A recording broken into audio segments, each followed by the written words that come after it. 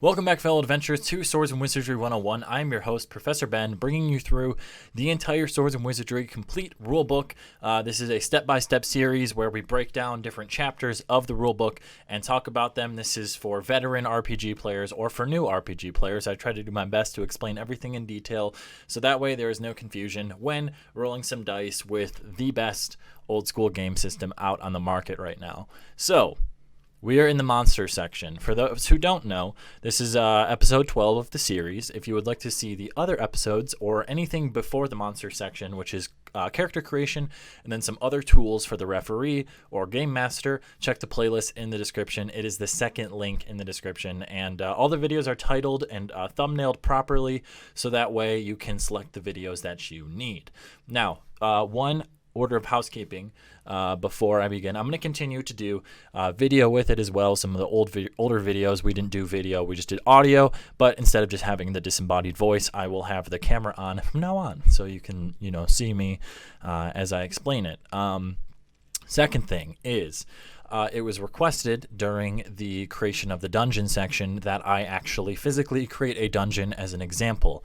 I am more than happy to do this, and I actually am excited to do this, although I want to get through all of the referee sections that I see fit in order to create that dungeon, so that way I can give you the best perspective with covering all the details. I didn't want to create the dungeon without explaining monsters or how they work. After monsters, we have treasure, and definitely those two are very important to creating a dungeon or creating a scenario, adventure, etc. So that is the housekeeping. That's pretty much it from me on that front. So let's dive into monsters. Now, monsters are the enemies that are going to battle against the player characters or the players at the table during the game. So monsters have a couple different factors that you use numerically to determine values of outcome. So there's armor class, hit dice, attacks, saving throws, special abilities, movement, in challenge level. Sorry, geez, I'm burping. I just had a bunch of coffee, so I'm kind of hyped up.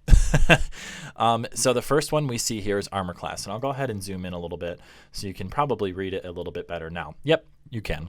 So we're going to use ants during this to show exactly what I'm talking about. So we have a giant ant warrior and a queen. So armor class is, we already explained this already. This is the two hit value, basically. So you use that number to see if the player hits. I explained that in the combat section earlier in Swords and Wizardry 101. So this is your armor class for the monsters, and you can find them right here. 3 for descending, 16 for ascending. 16 is the one you just find the die in, and you add any bonuses that you need be, and if it exceeds 16, then you hit.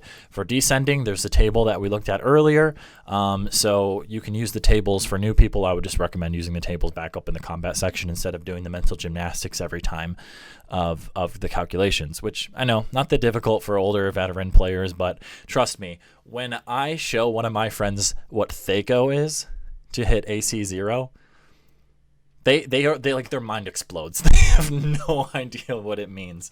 So there's tables up in the combat section that you can use to figure out if things hit or not. So hit dice is the important one to understand. Hit dice is their hit points, basically. Hit dice, hit points, sort of same ring to it. The hit dice for monsters in Swords and Wizardry is a D8. So you roll the number of times of hit dice that the monster has to calculate their health. So we look here, excuse me, he has 3 hit dice, this warrior ant. We roll a d8 3 times, and that's their hit point value. So say we roll a 4, a 6, and a 5. They have 15 hit points. You're going to want to roll that out for each individual monster, although sometimes you can just assign them health. If you want it to be a harder encounter, assign them a little bit more health on the spectrum that you have to work with. Or if it's a weaker encounter, give them a little less hit points than need be, just so that way there's like a little road bump in their way. And then we have, there's instances of 4 plus 1. So that's 4 hit dice plus 1 hit point. You just add 1 hit point onto the end, or say it's 4 plus 2, then you add 2 hit points onto the end. You don't add that hit point every time you roll. You just do it once. There are instances where it isn't a D8, it'll say D10. So right here it'll say like 3D8 plus 10. It is possible. I don't know any examples off the top of my head right now, but when I scroll down and show some monster examples, I'm sure we'll find one. Attacks. This is how your monsters are going to attack, and again, you're going to use those tables that are up in the combat section above. The attacks for the monsters are stated in the attack section of the monster. So this monster, for example, has a bite, which does 1d6 damage. So you roll to hit. If you hit, you roll your d6. Your d6 is your damage. Pretty simple, right? Nothing too crazy there. The saving throw. The saving throw is the target number the monster needs to meet or exceed in order to make a successful saving throw. So this happens if a player character casts a magic spell at them or any other scenario that requires a saving throw. You're going to want to use this number here. And if they get that number or exceed it, that's when they succeed. If they are under that number, they fail. So the lower the save, the better, or the lower the save value, the better, because you want to be over it. So numerically, it gives you a better percentage chance if there's more wiggle room above that number. Whereas we see up here a saving throw 14, that's not as good because there's not as much wiggle room. There's 6 or 7 numbers above that, depending on your modifiers and all that kind of stuff. So then we go down to special. Now the special ability section is very fun because this is what gives monsters a little boost and is going to add a little bit more hectic nature into encounters. It's just a flag for a referee to read the section under the monster that there is a unique ability or feature that the monster can use while in battle. And again, we'll go over some monster examples in a second here. I just want to run through all these so you understand them.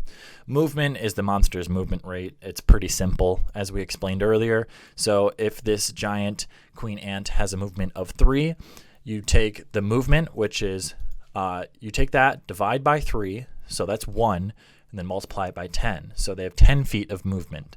For example, the giant ant warrior, 18 divided by 3 is 6. Multiply that by 10, they move 60 feet, right? So you want to divide by 3, multiply by 10, then add feet at the end of that, and then you have your movement. Pretty simple. Some people move in segments, and then they'll keep this numerical value. But if you want to use feet, which I know a lot of people do, I personally use feet. Then just divide by 3, multiply by 10. There you go. Boom. Over. Now, challenge level is the way that you are going to balance your encounters. Now, encounter balance is very important. If you're a new referee, it's super important. And you want to make sure your encounters are balanced and challenging to the players, but not overwhelming them. And your challenge level is basically your metric to balance these encounters. Now, how I've always ran it, I have always run it. Have run it. In the past is I look at the challenge level and then I look at the average level of the players in my party. So say I have all the players in my party are level 4. If I throw them the queen ant, they might have a little bit tough of a time because that challenge level's 8. You want to be somewhat close to the player level as well. So challenge level and player level should relatively match up. Now, there are some other factors you want to keep into account here, like their special abilities, what their AC is, how many hit dice they have or how many hit points, what their saving throw is, and how fast they move. You want to take all these into account when you're balancing an encounter, and I know it might sound daunting at first, but like I said, it does get a little easier as you go on because you can figure what players can handle better. And if you are running a game for a group of veteran players, you might want to throw them a little bit harder of encounters because they can probably handle it because they've probably seen it before. Whereas if you're playing with new players, you might want to go a little bit easier on them because they don't exactly know how to handle it. On top of that, there's nothing wrong with having a hard encounter that they have to flee from. Not every battle is meant to be won by just bashing and swinging swords and all that kind of stuff. There needs to be some sort of thought process in defeating an enemy. And that's a very important point as well because next to the challenge level, we have experience points. We have 800 experience points for defeating the queen. And since it's the giant ant queen, you're probably going to have some minions with her, so you're going to get even more experience. What you want to do is take that experience value and divide it among the players, and that's however many points they get. So again, let's say we have a group of 4 players. They defeat the queen. They get 200 experience each because 800 divided by 4 is 200. On top of that, if they, for some reason, circumvent the queen and steal the treasure back and make it back to camp or make it back to town without actually killing the queen, I still award that experience because I still see that as a victory. Just because they didn't have to physically defeat the queen, that doesn't mean they shouldn't get experience points for that. So If they do find creative ways to defeat an encounter, still reward that. I know a lot of people, an alternative to experience points is milestone experience. So once you hit certain points of the story, you level them up automatically. This works for some people. This doesn't work for everyone. It doesn't mean it's wrong, doesn't mean it's right. Whatever works for your table works for your table. Again, I can't stress enough the beauty of RPGs is that it is open, it's sandbox. It's up to the referee and the players to decide what works for their table. You're not stuck in the confinements of you would in per se like maybe a board game or an online MMO RPG like World of Warcraft or something. My character, if I run around the wolf, I don't get experience points. I have to defeat that wolf. It's not like that in these tabletop RPGs. I can evade that wolf in game and still get those experience points. So I digress. We're going to go over some monster examples now so you can actually put what I am saying to words. Now we're going to use the Basilisk for one, because I really like the Basilisk as a monster. I think it's pretty balanced. I think it's really cool that there is a awesome special ability here. You can encounter it around mid-level, or that's high level for a lot of old school people, level 8, roughly. So Basilisks are great wizards. I'm leaving that in. I'm not editing that out. The Basilisk Wizard. I'm going to make that a monster. That is freaking hilarious. Basilisks are great lizards whose gaze turns anyone to stone, meeting its eye. One way of resolving this fight is fighting without looking, but it incurs a -4 to hit penalty. If the Basilisk's own gaze is reflected back at it, is a 10% chance to force the Basilisk into a saving throw against being turned to stone. So basically, if you lock eyes with this Basilisk, you must roll a saving throw against its petrifying gaze, and if you fail your saving throw, you are turned to stone. So it's a deadly, deadly encounter. Now we see here that it only has 6 hit dice. So you roll that d8 6 times, right? You would think normally the hit dice should match the challenge level. That happens a lot, okay? Like you even see it's pretty close here in the other examples, 4 and 5 and 8 and 9. The difference here is why the challenge level doesn't always meet the hit dice is because there are things like Petrifying Gaze that bump up that challenge level because it's difficult to do. It's difficult to fight them, so you have to bump up that challenge level to have higher level players encounter it. They're relatively fast with a movement of 6, so that is 6 divided by 3, which is 20, or 2, and then multiplied by 10, that's 20 feet of movement. So they're not super fast, but they're not slow. They have a relatively strong saving throw, and then a tough bite as a D10, and a good AC at 4. Basilisks in my games are generally operating somewhat alone. I don't have them hunt in packs often. For anyone who loves Harry Potter, like the Chamber of Secrets, the Basilisk in the chamber, who is petrifying, petrifying the students. The petrification in that works differently. If you want to run turn to stone, that's good because then they are pretty much toast unless they have some magic to reverse that. Or you can just have them actually be normally petrified and then they can be healed of magical means, or they can be unpetrified after a certain amount of time. However you want to run it in your game, of course. So the Basilisk is a very good example of a well-balanced monster that has challenge to it, but is also not out of the question to defeat. You can, of course, overcome it in creative ways, like using the mirror or shooting around corners without looking specifically, that kind of thing. So going down to a different example that is still somewhat similar is black pudding. So black puddings are these large globs of acidic nature, basically. They're subterranean predators and scavengers.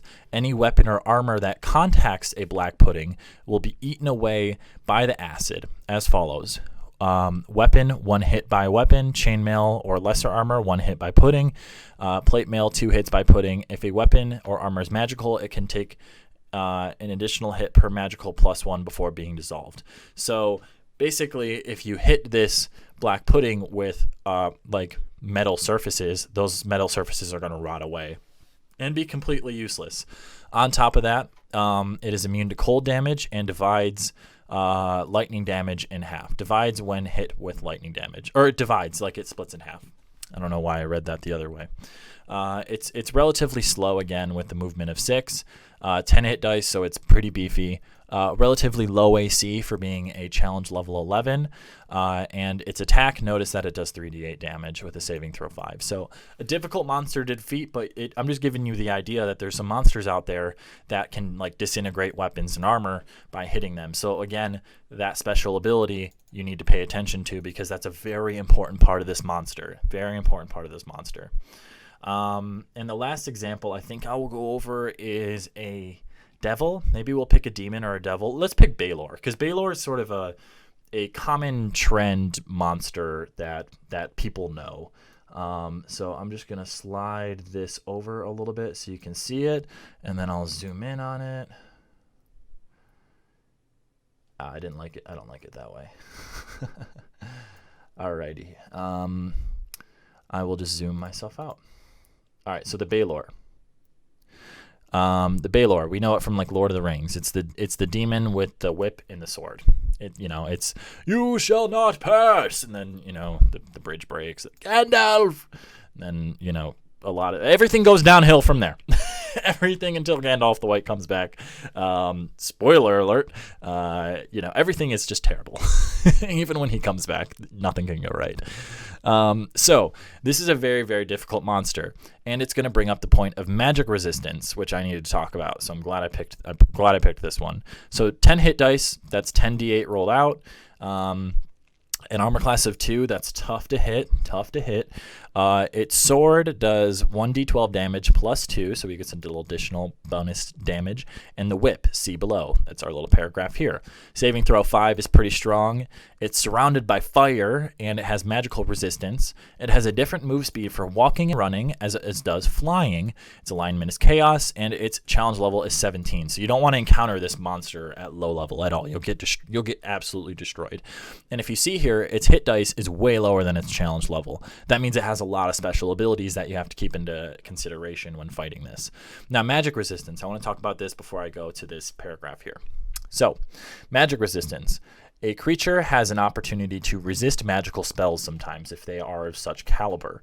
The magical resistance is very, very good to use against PCs that have a high magic party. Kind of like it's a little bit of a limit to them. So magic resistance followed by percentage.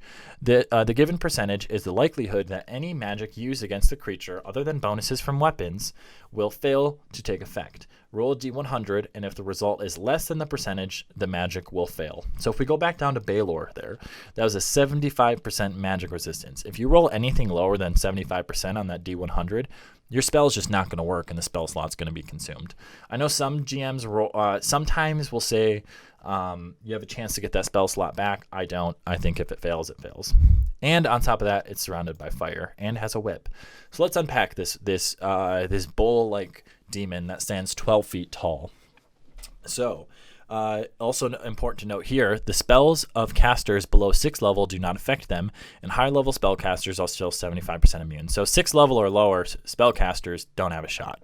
Like I said, don't encounter this at a low level. In combat, the Balor uses the whip, or the Balrog, uses the whip and the sword. The whip can be used to reach great distances. On a successful hit, the victim is pulled close to the Balrog and burned by the fire of the demon's body, 3d6 hit points. So if a PC is in, I would say melee distance is what I say, about 5 to 10 feet of the Balor, they're going to take 3d6 fire damage. Now you can give them an opportunity to do a saving throw, and they only take half damage, but that is up to you, of course, as the referee. The Balrog sometimes have referred to in ancient texts as Balor or Balor, which is the name of a single demon rather than a term for all of them. So Balor is more of like the name for the type of demon. I'm Ben, I'm a human. Balor is a Balrog. That kind of idea. So they also have a chance to summon in a alternative demon to fight with them. So this is a very tricky monster to fight against, as you can tell from here. I think that's good for monster examples. I would love to go over every single monster, but again, that's just like not realistic. We would be here for forever, and I'm sure you guys don't want to listen to that anyway. But this PDF is free to download, so you can go to the Frog on Games website. First link in the top of the description. You can download this PDF for free and go through all these monsters on your own and balance your encounters how you see appropriate. Now, if you are untrusting of yourself to look through all these in balance encounters in such ways, there is a handy dandy little table down here. If I can scroll down a little faster instead of crawling by one. There's a handy dandy little table down here. We're still only at the T's. There we go. Right up here, you get some tables. So challenge level 6, here's all the challenge level 6 monsters for you. Challenge level 5 monsters, the challenge level 4, so on and so forth, all the way up to 17 plus is where all these are roped into 17 and plus area. Now, some monsters have a range, so they could be a stronger or weaker version of that monster. You can also create your own monster. This is a super fun table for veteran players to use. So the only thing I'll say, really, my big note here is you get to pick their hit dice, and then that correlates to their saving throw, right? So if you create a 5 hit dice creature, start them off at challenge level 5. So have it match each other, and then as you give them special abilities, add on more challenge levels. So say you give them, let's give them a, you automatically damage after hit. Give it a +1. So now we have a +6 monster. On top of that, let's say it flies as well. You give it another +1, so that's a 7 challenge level monster. And then you correlate it to the experience points. So if you defeat this monster, you get 600 challenge points. That's the section on that. It's pretty self-explanatory if you want to go through it yourself, and you can pretty much create whatever monster using these tables, and it has a lot of options for it as well. So even if you want to do something that's like poison, non-lethal, maybe you want to have it be like a lightning, an aura of lightning, or do lightning damage, just substitute the lightning for poison, that kind of thing. But yeah, that is it for me today, guys. I know this is a little bit longer of these videos that I've been trying to do, but the monster section is super, super important. But next time is treasure. Yay, we've defeated our monsters, we've gone through our dungeon, and now we have this pile of gems, enchanted items, statues made from pure gold that we now get to take back to town and sell or brag about or have forged into all kinds of jewelry where we could brag, we can build a keep and retire as we talked about earlier. So treasure section is super fun. I'm super excited for this one. And that was pretty much it for me. Let me know your experiences with certain monsters in the comments if I missed anything. Like I said, guys, everyone does it a little bit differently, so please don't roast each other. Please don't roast me, especially if you do it differently than I do. Just let me know in the comments, and I would love to see these stories. Subscribe if you are new here, please, because it helps grow the channel, and you get to see more awesome content like this. Like the video because it helps me grow the channel, and comment down your experiences with monsters or your favorite monster. That's pretty much it for me today, guys. Be safe, be kind to each other, and keep going on adventures worth winning.